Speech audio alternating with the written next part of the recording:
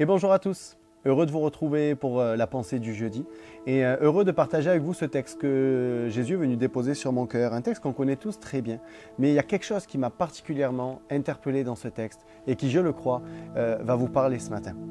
Un texte qu'on retrouve dans Matthieu 14, 22 à 27. Aussitôt, après, il obligea les disciples à monter dans la barque et à passer avant lui de l'autre côté, pendant qu'il renverrait la foule. Quand il l'eut renvoyé, il monta sur la montagne pour prier à l'écart. Et comme le soir était venu, il était là, seul. La barque, déjà au milieu de la mer, était battue par les flots, car le vent était contraire. À la 4e veille de la nuit, Jésus alla vers eux, marchant sur la mer. Quand les disciples le virent marcher sur la mer, ils furent troublés et dirent « c'est un fantôme ». Et dans leur frayeur, ils poussèrent des cris. Jésus leur dit aussitôt « rassurez-vous, c'est moi, n'ayez pas peur ».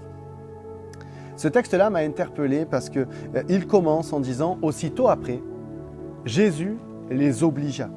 Jésus les obligea. Le mot employé, c'est le même que forcer, contraindre, insister, menacer. Donc là, on parle d'une direction de Dieu, d'une direction de Jésus qui est claire. Il ne leur a même pas laissé le choix. C'est va de l'autre côté, allez de l'autre côté. Et on remet dans le contexte, donc c'est Jésus qui leur parle. C'est Jésus qui leur donne cet ordre. Donc, à ce moment-là, c'est pas comme nous, à l'heure actuelle, où lorsqu'on a une direction de Dieu, il y a des doutes qui viennent en se disant « mais est-ce que ça vient de moi? Est-ce que ça vient de Dieu? Est-ce que je suis assez sensible à l'esprit ou non ?» Là, c'est sûr et certain. C'est Dieu qui parle, c'est Jésus qui parle. Il dit « allez ». Et alors qu'ils obéissent, alors qu'ils suivent la direction de Jésus, voilà qu'ils sont dans une barque et que tout va de travers. La tempête est là, les vents soufflent, ils n'arrivent pas à avancer, ils galèrent. Et c'est peut-être la situation dans laquelle tu es. Tu as obéi à Dieu parce que tu es convaincu que Dieu t'a parlé. Tu as pris une décision parce que Dieu t'a demandé de le faire et tu lui as obéi. Et alors que tu as obéi à Dieu, il n'y a rien qui va.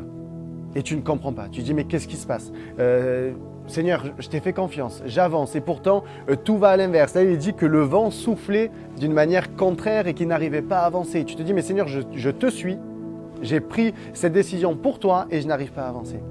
Mais j'aimerais m'arrêter sur quelque chose de particulier. Ce quelque chose de particulier, on le retrouve dans la même histoire, mais qui est dans Marc 6 à 48. Il vit qu'ils avaient beaucoup de peine à ramer, car le vent leur était contraire. Vers la 4e veille de la nuit, il alla vers eux, marchant sur la mer, et il voulait les dépasser. Il vit qu'ils avaient beaucoup de peine à ramer. Lorsque j'ai lu le texte au début, il est dit « Jésus les obligea et il monta sur la montagne pour prier ». Comment Jésus qui est sur la montagne peut les voir, eux qui sont sur le lac en train de traverser? C'est parce que Jésus, en montant sur la montagne, il a les yeux fixés sur ce qui se passe aussi en bas. Il est en train de prier, mais il a aussi les yeux sur ses disciples. Il a les yeux aussi sur ses enfants. Et alors que toi, tu es en train de galérer, que les vents sont contraires, Jésus a aussi les yeux posés sur toi. Il est sur la montagne, oui, mais de cette montagne, il a la vue qui surplombe ta situation. Donc ce matin, j'aimerais vraiment t'encourager et te dire ne t'effraie pas. Il est au contrôle. Il veille, il regarde. Ses yeux sont sur toi. Si c'est lui qui t'a donné cette direction, il va te donner le moyen d'aller de l'autre côté du lac. Il va te donner le moyen d'aller au bout de ce qu'il t'a demandé de faire. Peut-être que oui, et il y a des périodes comme ça où c'est un peu plus difficile et compliqué. Mais, et on le voit dans ce texte, il vit qu'ils étaient en train et qu'ils avaient beaucoup de peine à ramer et il est descendu. Et il a marché sur l'eau, certains connaissent l'histoire, Pierre aussi après, ça lui a permis cette histoire-là de marcher sur l'eau. Dieu est au contrôle des temps, Dieu est au contrôle des moments. Mais ses regards sont toujours sur nous. Et j'aimerais finir avec ce verset-là que j'ai lu dans le premier texte. Rassurez-vous. Jésus vous dit ce matin, rassurez-vous, c'est moi, n'ayez pas peur. Rassure-toi.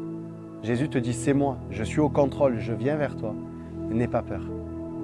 Aie confiance dans les paroles de Dieu que tu as reçues. Aie confiance dans la direction que tu as prise. Même si les vents sont contraires, si tu es convaincu que c'est Dieu qui a parlé. Alors de la montagne, il gère, il voit ce qui se passe et il va descendre. Ne crains pas, il est au contrôle. Voilà, c'était la petite pensée que Jésus est venu déposer sur mon cœur et je vous encourage vraiment à la serrer dans votre cœur. Vous qui peut-être êtes en pleine tempête, serrer dans votre cœur et croire que Jésus est au contrôle.